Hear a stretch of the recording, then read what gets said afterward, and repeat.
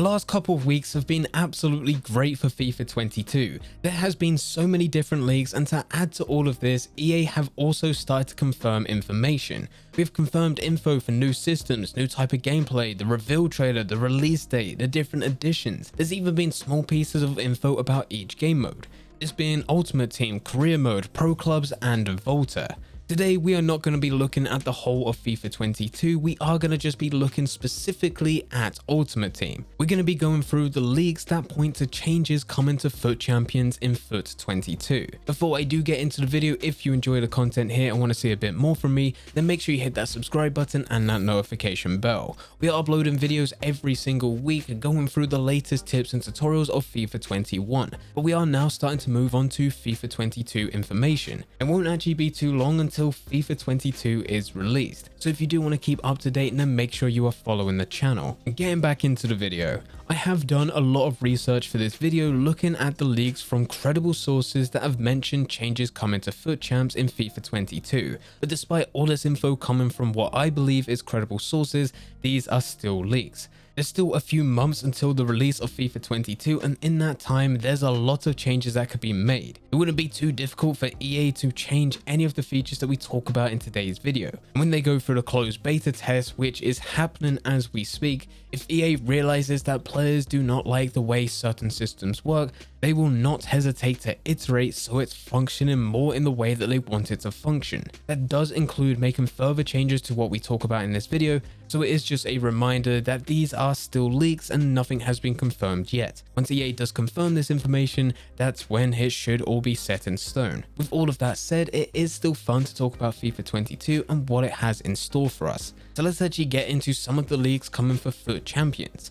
The first leak is about how qualification has changed. As things currently stand for FIFA 21, you're awarded points at the end of every match. These are your qualification points. Every single division rivals match you play, win or lose, will give you points for division rivals itself. This decides your weekly rewards, but it also gives you these qualification points, which can be redeemed as qualification for FUT Champions. Going through this can be a lengthy process as you don't get many qualification points per game in the lower divisions. You can get as little as 20 points for a win and 4 points for a loss in Division 10. And you would need 2,000 in total to actually participate within FUT Champions for that weekend. In the higher leagues, it is slightly easier. In Division 1, you get 500 points per win, 200 points per draw, and 100 points per loss. So the process goes a lot quicker, and if you do really well, just playing 4 matches and winning them will grant you access to FUT Champions if you do redeem it for that weekend. Once actually into FUT Champions, there are certain goals that you can reach to be automatically qualified for the following week, which means you don't have to earn 2,000 qualification points again in division rivals.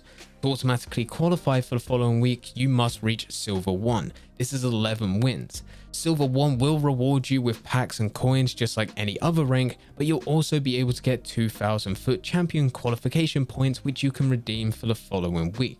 Now this is how everything is currently in order for FIFA 21 and going into FUT Champions. But instead of all of this for FUT 22, instead of going through division rivals to build up points, you'll actually have the chance to play 5 matches and you must win at least 3 of them. From what has been said, it doesn't sound like it is just one attempt of doing this, and if you fail, you do not get access to it. You actually have 3 attempts, so there's a maximum of 15 games that you can play through. Between all 5 of those matches, you need to win just at least 3 of them. The previous system with qualification allowed anyone to join at any level. You could really be an awful player in Ultimate Team, such as me, but if you do play enough games, eventually you'll get enough points to actually get access to FUT Champions. Now with this league, you will have to win a minimum of 3 out of 5 matches. And for those of you who are similar to me and are worried because you're not a particularly good player, you might be thinking that you're never actually going to qualify. But you do need to remember that there is still skill-based matchmaking as part of Ultimate Team. You should be coming up to opponents which are at a similar skill level to you. From this leak, it does sound interesting, but from my experience, I don't think there's ever been an issue with the qualification process. It's actually the weekend league itself that seems to have more of the issues. And this is where we move on to the next league. For FIFA 22, 22, supposedly there will be less games when going through the weekend league. Right now in FIFA 21, we play a maximum of 30 games, and you can start this from Friday and it goes all the way to Sunday. Now the time allowed for you to play these 30 matches have been increased, with the games also being lowered since the release of FUT Champions. When FUT Champions was first released back in FIFA 17, it was 40 matches and you only played it on Saturday and Sunday. And ever since that time, it's always been a criticism about FUT Champs. It's way too many games in such a short time. We have to bear in mind that yes, there are a lot of pro players that do have the time and content creators that do have the time to go through these matches. But for a huge amount of the Ultimate Team audience who do go to school, they do work 5 days a week, the only time that they have spare is on the weekends. And even though when FIFA is first released, they might have a few weekends where they do just go through the weekend league, it's not going to happen all year round. It's just way too much of a time commitment to go and play through all of these matches. So for me, I'm not against there being less matches overall for you to actually play the maximum within the weekend league. I'm sure loads of other players feel the exact same way, especially when it comes around to the current stage that we are in FIFA 21. The gameplay isn't particularly amazing, most players are frustrated and most players see it as a chore to go through FUT Champs, but they go through it anyway because they don't want to be left behind. Having less matches still means you need to play the game if you want to get your rewards. If you don't play these games, then it is inevitable that you will be left behind at some point, as those that are going through the matches will continue to stack up coins, stack up packs, stack up other rewards, and they'll continue to get the best of the best of the best. But now for the average player, they don't have to dedicate as much time to the game for them to still be in it to have some decent rewards. And for me, I do believe that this is a good thing. Speaking of rewards, we now move on to our third and final league. The player reward system for FIFA 22 has changed. In FIFA 21, when you go through FUT Champions, every time you win a game, it actually contributes to your rank. The more wins you get, the higher your rank. The higher your rank is, the better rewards you'll get, being coins and packs at the end of the week. Through what has been leaked for FIFA 22, there's also going to be an added layer to this, as they'll be adding a new player reward system to the game. So, just like you go into FIFA 21 FUT Champions, the more wins you get, the better your reward will be at the end of the week. It's going to be on the same basis for FIFA 22, except there's going to be a specific type of player and you'll be able to get a different version of that player's card the more wins you're able to get. So you'll have a much higher rated version of that player's card, a better version if you get 20 out of 20 wins compared to if you was just to go and get 5 out of 20. I think we can all agree one of the worst things about Ultimate Team is the pack rewards that you get after you actually accomplish something. You could be a very good player in Ultimate Team, do very well in Division Rivals, do very well in FUT Champions, FUT Draft, whatever game mode it is.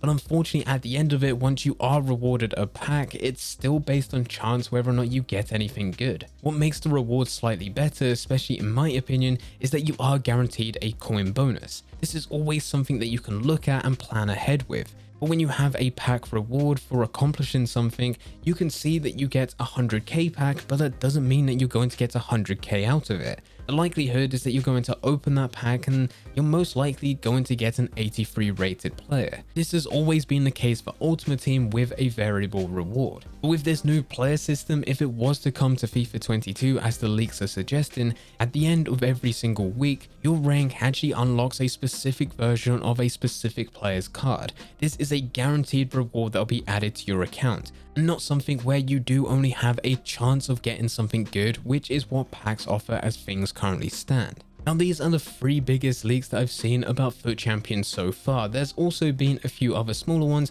They do not come from credible sources within the FIFA community, so we are not talking about them here in this video. With everything that has been spoken about in this video, I do believe they're good changes, but it all comes down to one thing. If gameplay sucks in Ultimate Team, then none of it actually matters. If we still need to deal with button delay, if we still need to deal with speed up lag, if anything like that is still part of the game, it doesn't matter about there being less games. It doesn't matter about the qualification process. It doesn't matter about the player reward. Because after the first month of Ultimate Team, most players will be fed up and they won't play it. But if gameplay is good, then these are also going to be very very good changes that actually help benefit the game. Now this is just my opinion. I've managed to reveal all the different credible leaks about FUT Champions. Now this is where I throw it over to you guys. Out of everything that we spoke about in this video, is this something that you're looking forward to seeing? Is there anything that you're worried about? Just let me know all your thoughts and feelings in the comment section down below. But anyway guys, I hope you guys did enjoy. If you did enjoy, don't forget to leave a like and subscribe.